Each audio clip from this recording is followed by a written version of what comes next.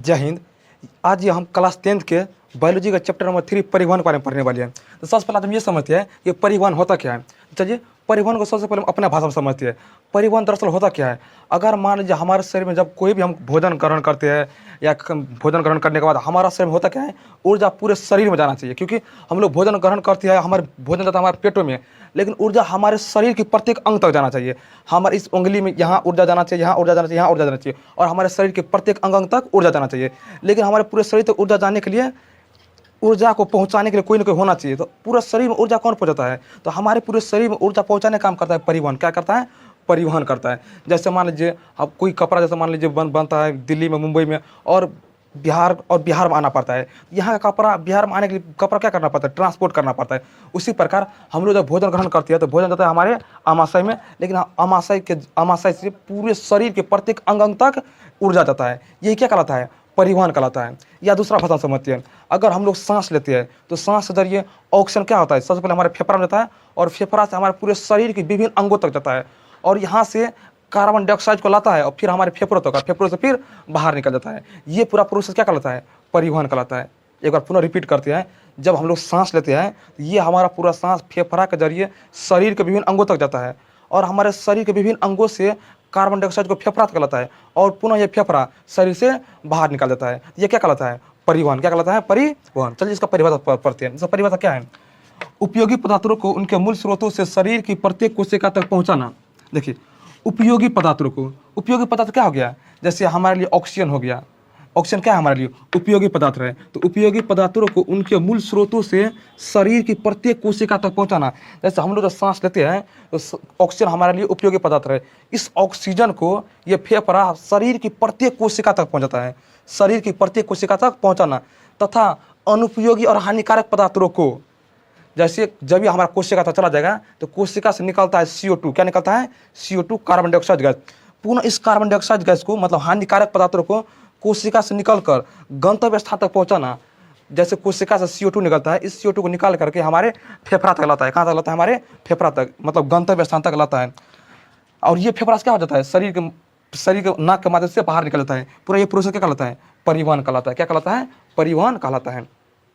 परिवहन आपको समझ में आ गया होगा। फिर अब इससे नीचे है पौधे में परिवहन।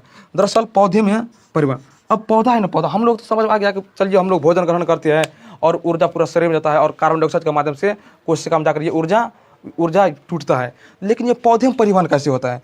दरअसल पौधे में परिवहन के लिए पौधे में एक जाइलम, एक फ्लोएम होता है। क्या होता है? जाइलम और फ्लोएम। क्या होता है जाइलम, क्या होता है फ्लोएम? आप समझ जाइए। दरअसल देखिए, पेड़ पौधा भी अपना भोजन स्वयं बनाता है। आपको पता होगा, पेड़ पौधा अपना भोजन प्रकाश संश्लेषण विधि से स्वयं बनाता है। लेकिन पेड़ पौधा का भोजन बनने के लिए जल चाहिए। क्या चाहिए? जल चाहिए। फिर वायुमंडल से वो ऑक्सीजन, CO2, नाइट्रोजन, ये सब चाहिए। तो दरअसल पेड़ पौधा होता क्या है? पेड़ पौधा तो भोजन प्राप्त करता है, तो पेड़ पौधा का भोजन बनाने के लिए इसमें जाइलम और फ्लोएम मदद करता है। क्यों? क्योंकि जाइलम ना दरअसल पेड़ पौधा में जल लेकर जाता है। क्या लेकर जाता है? जल। ऐसे याद रखिएगा, जौ से जाइलम, जल से जल। और फ्लोएम क्या करता है? पेड़ पौधा में भोजन। फ्लोएम, से फूड, मतलब भोजन। दरअसल ये पौधे में परिवहन दो होता है, एक जाइलम और एक फ्लोएम, दोनों विधि द्वारा होता है। ये जाइलम क्या करता है? जाइलम जो करता है, पेड़ पौधे में धरती के अंदर से जल लेकर के पेड़ पौधे के पत्तियों तक पहुंचाता है। कहाँ तक पहुंचाता है? पत्तियों तक। और ये पेड़ पौधा का पत्ती होता है, इसमें प्रकाश संश्लेषण विधि द्वारा भोजन बनता है। क्या बनता है? भोजन।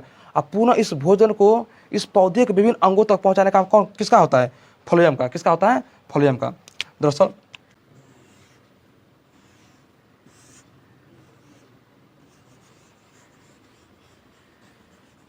ये कोई एक पेड़ है, ये पेड़ का वो जो जड़ होता है, ये हो गया प्राइमरी रूट, ये हो गया सेकेंड रूट से होता है रूट हेयर। क्या होता है? Root hair. दरअसल इस पेड़ में ये जो मूल रोम होता है, ये मूल रोम क्या करता है? मूल रोम दरअसल जल को सोखता है। क्या सोखता है? जल को। और यहाँ से जल को इस पूरे पौधे के विभिन्न भागों तक, मतलब पत्तियों तक पहुँचाता है। कहाँ तक पहुँचाता है? पौधे के पत्तियों तक पहुँचाता है। ये पौधे का मूल रोम जल को अवशोषण करके पौधे के पत्तियों तक पहुँचाता है। और जब ये पौधे का पत्तियों इस भोजन को बना लेता है, तो इस पत्तियाँ क्या करती, यहाँ से अब फ्लोएम क्या करेगा? इस पूरे भोजन को लेकर के अब पौधे के विभिन्न अंगों तक पहुँचा देता है, पौधे के विभिन्न अंगों तक पहुँचाता है। तो अब क्वेश्चन में ना बिहार बोर्ड में 2 नंबर क्वेश्चन आता है कि जाइलम और फ्लोएम अंतर ज्ञात कीजिए। जाइलम और फ्लोएम में अंतर लिखिए। तो क्या होगा जाइलम फ्लोएम अंतर? दोस्तों देखिए, ये जाइलम जल लेकर जाएगा और फ्लोएम क्या होता है, फ से फ्लोएम, फ से फूड भोजन। जाइलम जल लेकर जाएगा और फ्लोएम भोजन लेकर जाता है। पहला अंतर वो लिखना है। सेकंड अंतर क्या हो गया, वो जाइलम है, जाइलम का डायरेक्शन सिर्फ नीचे से ऊपर कर जाता है। जाइलम सिर्फ नीचे से ऊपर की ओर जाता है, लेकिन फ्लोएम ऊपर से नीचे आएगा, नीचे से ऊपर जाएगा, सभी साइड चल जाता है। क्यों? क्योंकि यहाँ देख लीजिए, जैसे मान लीजिए कोई ये एक टहनी है, क्या है, एक पौधा की एक टहनी है, कोई पौधा की एक टहनी है। अगर भोजन यहाँ आएगा, भोजन यहाँ एक बार भोजन ऊपर चला गया, लेकिन पुनः ये भोजन वापस फिर नीचे भी जाएगा, फिर इधर भी जाएगा, फिर ऊपर भी जाएगा। तो फ्लोएम ना दोनों साइड जाता है, ऊपर भी जाता है, नीचे भी जाता है, लेकिन जाइलम सिर्फ नीचे से ऊपर कर जाता है। तो जाइलम का डायरेक्शन सिर्फ एक ही होता है, नीचे से ऊपर की ओर, लेकिन फ्लोएम नीचे से ऊपर, ऊपर से नीचे दोनों ओर जाता है। फिर थर्ड क्या है, दरअसल जाइलम की कोशिकाएं क्या होती है, जाइलम कोशिका मृत होती है। क्यों? क्योंकि दरअसल जाइलम क्या है, जाइलम को ज़्यादा स्ट्रांग होना चाहिए, और ज़्यादा स्ट्रांग होने के लिए उसे कोशिका मृत होना चाहिए, क्योंकि दरअसल इस पानी को इस गुरुत्वाकर्षण के अधीन ऊपर लेकर जाएगा, और जब ये गुरुत्वाकर्षण के अधीन पानी को ऊपर लेकर जाने के लिए हमें स्ट्रांग होना पड़ता है। इसीलिए जाइलम की कोशिकाएं मृत होती है, एक जीवित होती है, बाकी 3 मृत होती है। वो क्या होती है जाइलम के प्रकार, वो हम क्लास नहीं तो पढ़ेंगे। दरअसल 4 प्रकार के जाइलम में से एक कोशिका सिर्फ होती है जीवित, बाकी 3 प्रकार होती है मृत। और फ्लोएम क्या है, फ्लोएम का कोई टेंशन है नहीं, पूरे भोजन को विभिन्न अंगों तक पहुंचाता है। तो फ्लोएम की कोशिकाएं जीवित होती है, क्या होती है, जीवित होती है। ये 3 अंतर जाइलम फ्लोएम लिख लीजिएगा, बिहार बोर्ड में 2 नंबर आपको आ जाएगा।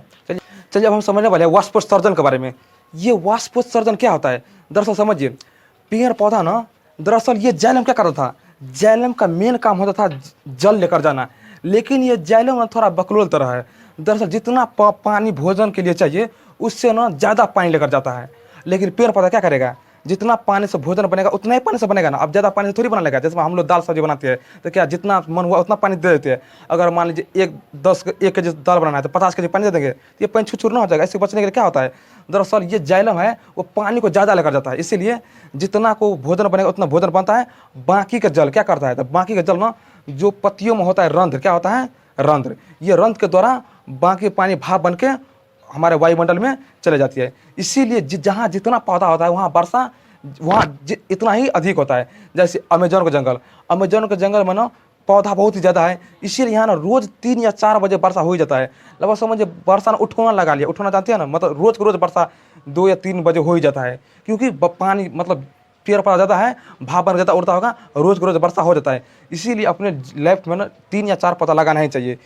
दरअसल समझिए वाष्प होता क्या है, पौधे का वायवीय भागों से जल का रंध्रों द्वारा वाष्प के रूप में निष्कासन की क्रिया वाष्पोत्सर्जन कराता है। वो आपको बता दिए, जो जाइलम होता है वो जाइलम क्या करता है, पानी लेकर ज़्यादा चला जाता है, जितना पानी से भोजन बना तो बना, अब बाकी पानी क्या कर देता है, पौधा अपना पत्तियों में रंध्र होता है। आपके ये रंध्र क्या होता है, दरअसल किसी भी पत्तियों को आप गौर से देखिएगा, जो छोटा छोटा छिद्र होता है, ये छिद्र को हम लोग रंध्र कहते हैं। ये रंध्र के दौरान जितना भी पानी होता है सभी भाप बन के चलाता है वायुमंडल में, और ये क्या होता है, वाष्पोत्सर्जन की प्रोसेस कहलाता है। दरअसल एक मकई का पौधा होता है ना, वो एक दिन में 3 से 4 लीटर पानी को भाप बन के छोड़ता है। आप समझ जाइए, दरअसल एक खेतों में हजारों लाखों मकई पौधा होता है, कितना पानी भाप बन के उड़ता होगा। सिर्फ एक मकई का पौधा 3 से 4 लीटर पानी छोड़ता है, और एक जो सेब का पौधा होता है वो एक दिन में 10 से 20 लीटर पानी को भाप बन के उड़ाता है। तो समझिए दरअसल कितना पेड़ पौधा होता है, कितना भाप बन के पानी उड़ता होगा। और एक पौधा होता है ना, वो अपने पूरे जीवन काल में अपने वजन का 100 गुना, अब पेड़ पौधा का वजन मतलब ये नहीं कि 10-15 किलो पेड़ पौधा वजन, ये बहुत ज़्यादा वजन होता है। तो एक पौधा ना अपने पूरे जीवन काल में अपने वजन का 100 गुना अधिक पानी भाप बन के उड़ाता है। ये हमारा हो गया वाष्पोत्सर्जन। तो दोस्तों इससे आगे के टॉपिक हम लोग नेक्स्ट वीडियो में पढ़ेंगे। तो जय हिंद, जय भारत।